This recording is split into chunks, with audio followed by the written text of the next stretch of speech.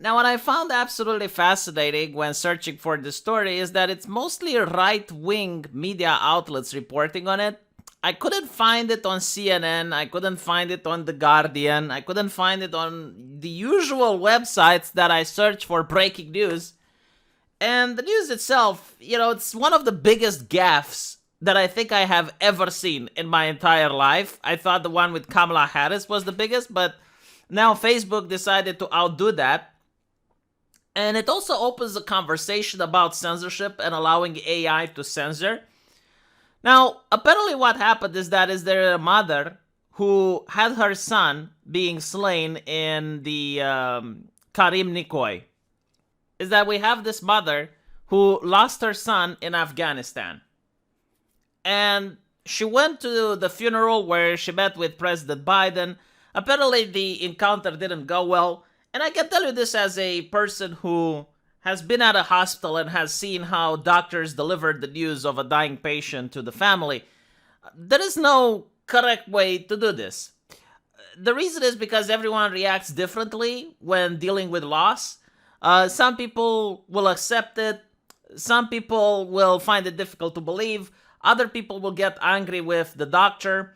And in this case, Joe Biden chose that the correct way is to start talking about his son and to say that he completely understands. Now, the mother said that no, he doesn't understand, and she is blaming him for this.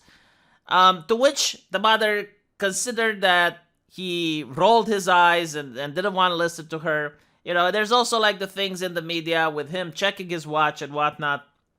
Whatever, but like, what I'm trying to point out is that this woman is clearly in pain. Like, she is the mother of an American hero, a person that went into the military to serve his country and lost his life in Afghanistan. So, clearly, people should have a little bit of understanding.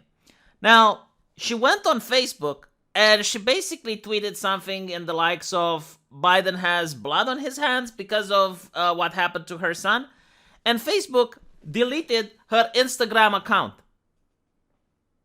Now, I understand that this deletion is usually run by AI, that it's usually done automatically. But what's interesting is that I'm looking at what she posted, and there is no hate speech there. There is no threat of violence there. She's not breaking any of the terms of service, but the AI went after her anyway.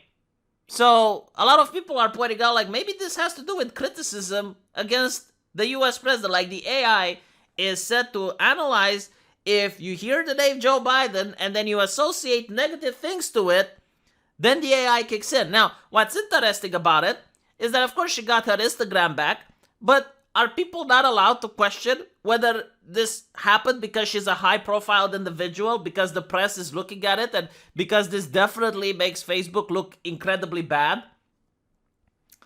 I mean, this is one of the worst gaffes that I have ever seen, and nothing can fix this, obviously.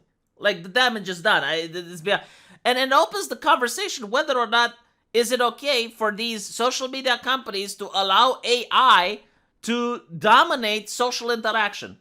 If you don't know, Facebook is recently planning the idea of having virtual meetings. So you're going to have like this VR from Zuckerberg, where you can stay locked in your pod, in your house. You don't have to leave your apartment anymore.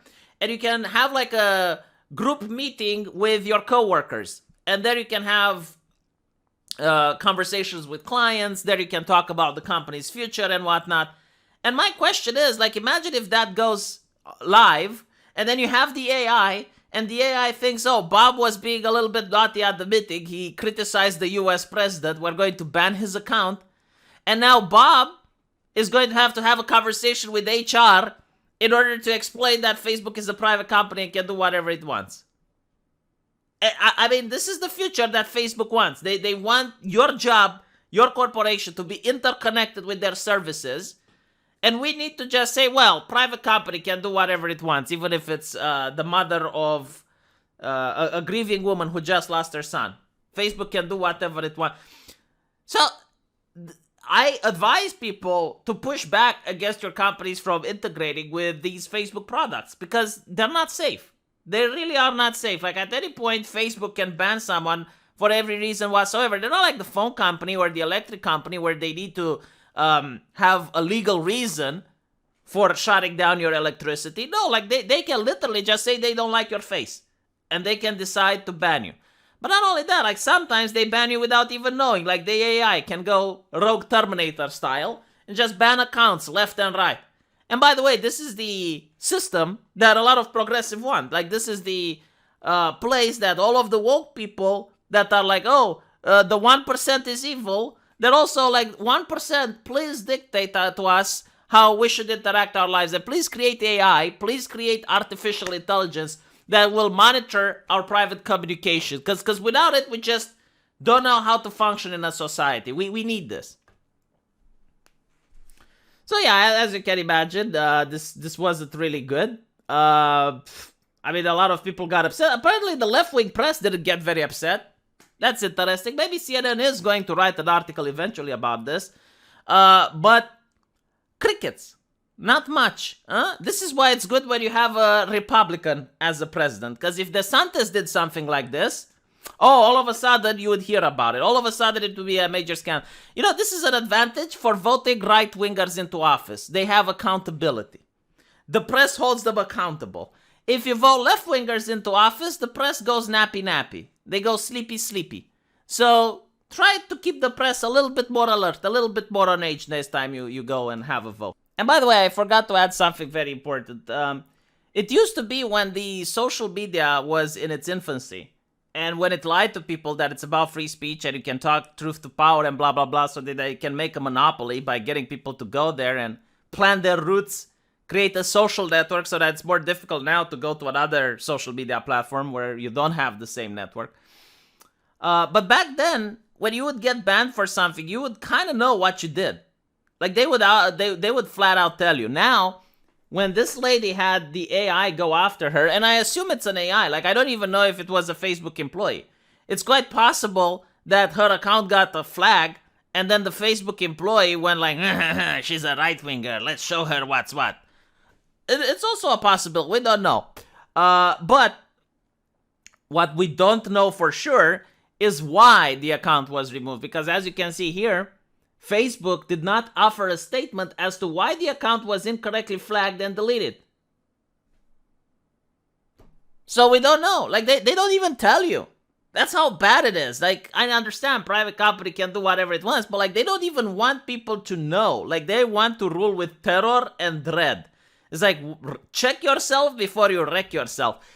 The reason we have rules in a society is so not only that people can know them, but you can also look at a person that was sent to prison and you can see what they did, so you don't do what they did. But with Facebook and other social media companies, they usually say, oh, well, if we make the rules public, then people will find loopholes.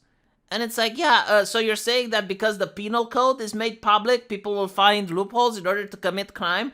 I mean, maybe that's the case. So when people find a loophole, you don't punish them. You cover the loophole and say, all right, we found the loophole, from now on, no one breaks this rule. It's probably cheaper than hiring tens of thousands of moderators, that's for sure. Kind of funny, like Facebook should just be a server farm. Literally that, the entire company could be operated in a warehouse. But instead they have thousands of people that their entire job is to be moderators. Actual living book burners. That's what they do. They burn books nonstop. And America thinks like they can lecture, the Taliban on free speech. Absolutely hilarious. Fucking hell. Imagine, no, seriously, imagine allowing actual terrorists to give you a zinger. It's like, don't ask us about free speech. Ask Zuckerberg, an American company. If American corporations can't abide by human rights, how does the American government think they can persuade other governments outside their country to abide by human rights? And that's a fucking good question which shouldn't exist. They shouldn't have the access to the zinger. Let me know what you guys think, and I'll see you in the comment section. Take care.